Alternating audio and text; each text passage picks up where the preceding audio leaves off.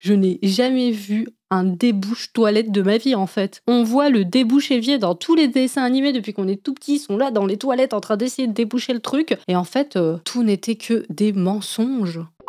Hello tout le monde et bienvenue sur ma chaîne. Aujourd'hui, on va voir ensemble combien d'objets du quotidien on utilise mal. Numéro 1. Que l'on s'en soit déjà servi ou pas. Alors ça, j'ai jamais utilisé. Heureusement, je mange pas souvent à KFC, du coup, En effet, très peu j'ai pas besoin de déboucher mes toilettes. Cet objet n'est pas du tout fait pour déboucher les toilettes. Il sert plutôt à déboucher l'évier de votre cuisine. Alors là, ah oui, c'est vrai, j'ai déjà vu ça dans des films. Pour déboucher les toilettes, un autre balai existe, même si... Non mais...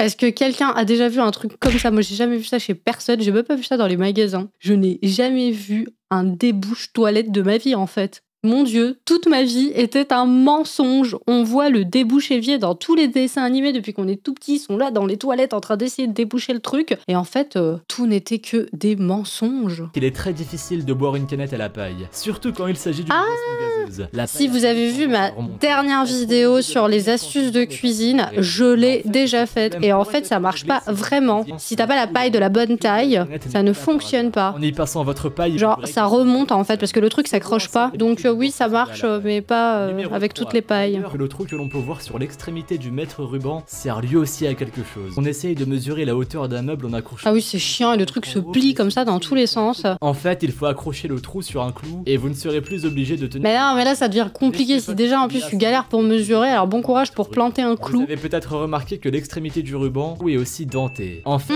la ligne dentée sert à faire une marque sur la surface que vous mesurez sans avoir à utiliser un crayon. C'est bien, mais c'est hyper pratique. À tenir le mètre voilà. Et que l'on ne peut pas... Votre vie est complètement changée à partir d'aujourd'hui.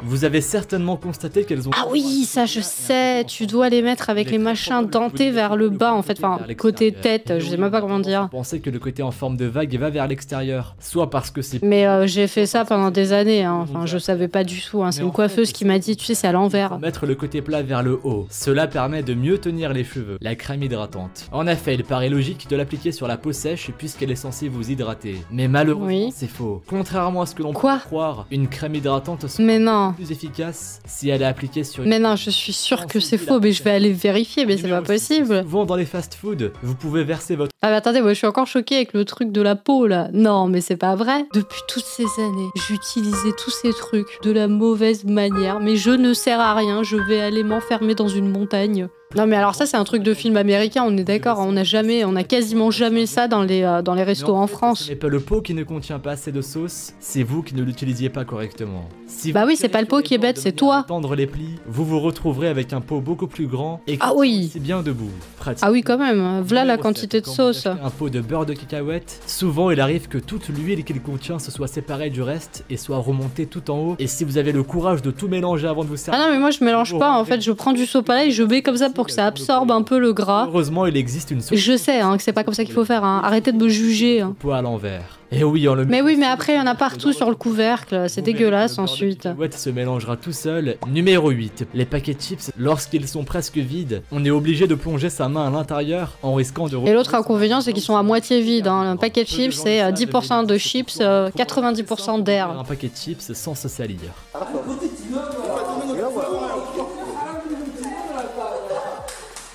Mais qu'est-ce qu'il est en train de faire?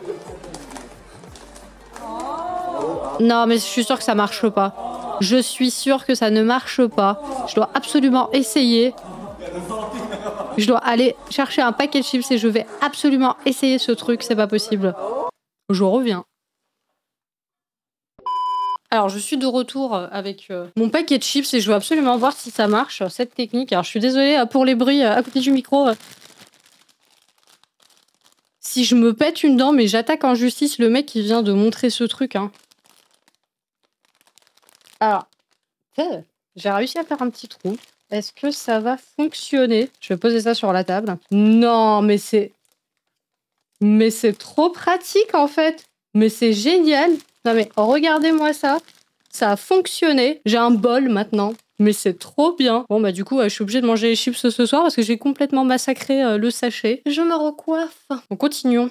Numéro 9, en parlant de chips, au lieu de salir un bol pour manger... J'ai mal aux dents maintenant. Vous pouvez plutôt utiliser le paquet comme saladier. Vous vous demandez sans... Ah oui, ça j'ai déjà vu sur internet, mais j'ai jamais essayé. Bon, je vais pas aller rechercher un autre paquet pour essayer. Ouais, elle fait rentrer le truc en dessous. Mais j'arrête de vous spoiler. Hein. Roulez le bas du sachet vers l'intérieur afin de donner une forme ronde au paquet. En faisant cela, il tiendra debout tout seul. Numéro 10. On sait tous que si les poêles et les casseroles ont un trou au bout du manche, c'est pour pouvoir être rangés sur des crochets contre le mur. Non mais ça c'est si t'as une cuisine de 200 mètres carrés, hein, t'as la place, tu mets ça comme ça sur le mur. Accrochez vos ustensiles de cuisine en mode petit bourge. Dans le manche peut vous servir. En effet, vous pouvez y déposer... Non, ça ne marche pas. Alors franchement, essayez pas, hein, parce que ça marche pas. Déjà d'une, ça marche pas avec toutes les cuillères. Ensuite, des fois t'as des cuillères qui sont trop courtes. Du coup, moi j'ai fait ça et t'as toute la sauce qui a coulé comme ça à côté de la casserole. Donc j'étais là en mode ah super, merci pour les tutos et les conseils. Les pâtes ont des trous pour laisser couler l'eau quand on les sort de la casserole. Mais j'ai même pas un ustensile comme ça dans ma cuisine. Denté et un gros trou au milieu. Mais vous ne savez probablement pas que ce trou a une autre utilité que d'essorer les pâtes. En fait, ce sont des cuillères spécialement faites pour... Non. Et ce trou en réalité est un instrument de mesure. Et oui, en passant à travers cette pâte pour boucher le trou, vous aurez une portion de... Mais non, mais c'est trop pratique. Mais moi je suis le genre de personne, je sais ni cuire le riz ni les pâtes. Enfin, je sais pas que je sais pas le cuire, c'est je connais jamais les quantités qui sont bonnes. En gros, soit je fais pas assez, soit je fais des quantités industrielles. Limite, c'est les restos du cœur chez moi quand je vous fais des pâtes. Personne. Une fois qu'on le sait, c'est bien pratique pour éviter d'en faire trop. Numéro 12. Avez-vous déjà remarqué que la lame d'un cutter comporte de nombreuses lignes gravées? Oui, nous avons vu. Il ne s'agit pas de décoration. En effet, quand la lame de votre cutter est usée, au lieu de jeter votre outil à la poubelle et d'en racheter un autre, il faut la découper sur la plus proche pour voir apparaître une nouvelle lame parfaitement tranchante. Et quand cette deuxième... Mais je savais pas, je savais que tu peux changer la lame en achetant une autre, mais alors ça... En sachant ça, votre cutter durera beaucoup plus longtemps. Mais c'est trop bien. Lorsque vous vous brossez les dents, vous mettez sûrement du dentifrice sur tous les poils de la brosse à dents. Une partie des poils situés en haut sont de couleurs différentes pour vous aider à doser le dentifrice. Non mais c'est trop... On devrait ne mettre qu'un tout petit... C'est trop intelligent. Sur le bord de la brosse à dents, à l'endroit où les poils sont... Non mais alors moi je fais partie genre de personnes, genre t'as la brosse à dents, elle fait cette taille, puis t'as le dentifrice comme ça dessus, on dirait un topping de crème glacée. Quand vous prenez du café emporté, on vous donne toujours un couvercle. En fait, si vous regardez de plus près, vous verrez qu'il épouse parfaitement le bas du verre. Il peut ainsi servir de dessous de verre. Bah oui, mais quand tu fais ça, après tu fous du café sur la table. Numéro 15. Il est rare que l'on sache que s'il y a de petites bosses sur les lettres F et J, c'est pour une raison précise. En effet, oui, personnes qui ont l'habitude d'écrire sans regarder les touches. Mais j'avais jamais remarqué. Oui, l'index droit peut se repérer par rapport à la lettre J, tandis que le gauche se repère grâce à la lettre F. Mais oui,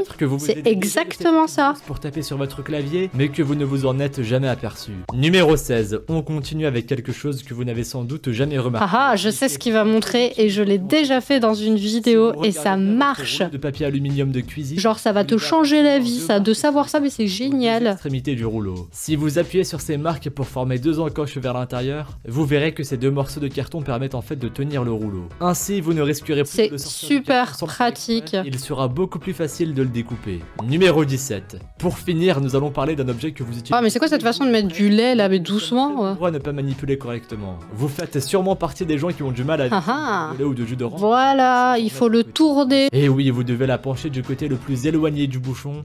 Quand on tient la brique de cette manière, le niveau... Ah oui, on a un petit tuto. Au-dessus du niveau du bouchon. Ce qui fait que le lait sort sans problème, mais l'air ne parvient pas à rentrer. Il est bloqué par le lait. Ce qui provoque des à-coups. Voilà, après cette vidéo, on se couchera moins bête. N'hésite pas à laisser un commentaire et dis-moi quelle astuce n'était pas dans la vidéo mais que toi tu connais. Et c'est tout pour aujourd'hui. J'espère que cette vidéo vous a plu. N'hésitez pas à vous abonner et à mettre un like.